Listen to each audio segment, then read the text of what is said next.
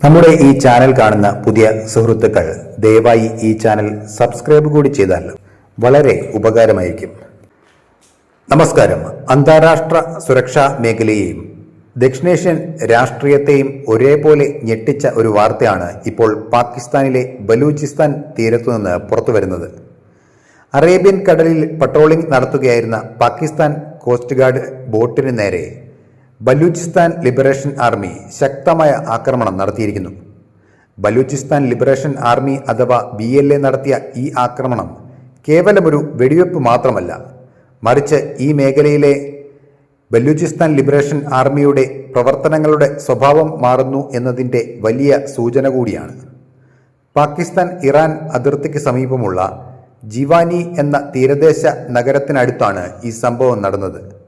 പതിവ് പട്രോളിങ്ങിനായി ഇറങ്ങിയ കോസ്റ്റ് ഗാർഡിന്റെ ബോട്ടിലേക്ക് സായുധരായ ബലൂചിസ്ഥാൻ ലിബറേഷൻ ആർമി പോരാളികൾ വെടിയുതിർക്കുകയായിരുന്നു. ഈ ആക്രമണത്തിൽ 3 പാകിസ്ഥാൻ കോസ്റ്റ് ഗാർഡ് ഉദ്യോഗസ്ഥർ കൊല്ലപ്പെട്ടതായാണ് റിപ്പോർട്ടുകൾ.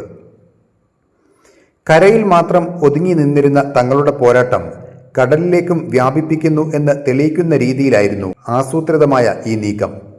ആക്രമണത്തിന് ശേഷം കടൽ മാർഗം തന്നെ ബലൂചിസ്ഥാൻ ലിബറേഷൻ ആർമി അംഗങ്ങൾ രക്ഷപ്പെടുകയും ചെയ്തു.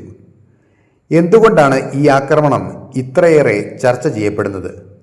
അതിന് പ്രധാനമായും 2 കാരണങ്ങളുണ്ട്.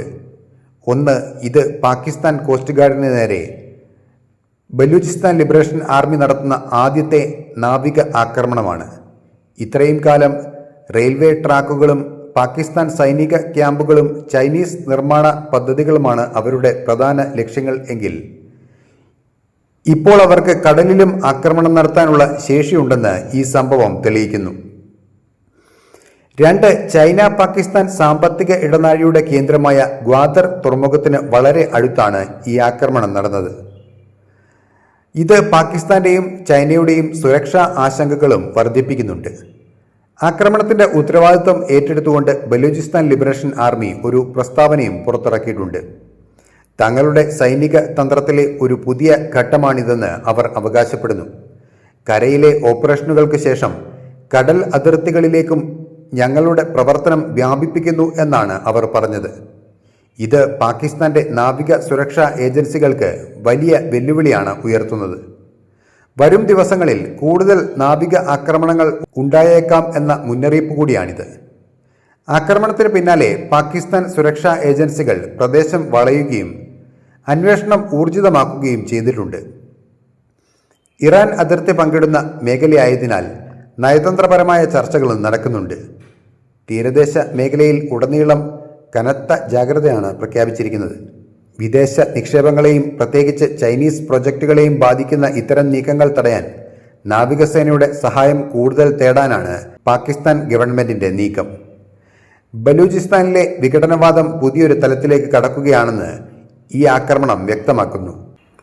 കടൽ മാർഗമുള്ള ഗതാഗതത്തിനും വ്യാപാരത്തിനും ഈ ഭീഷണി നിലനിൽക്കുന്നത് പാകിസ്ഥാനെ സംബന്ധിച്ച് വലിയൊരു തിരിച്ചടിയാണ്.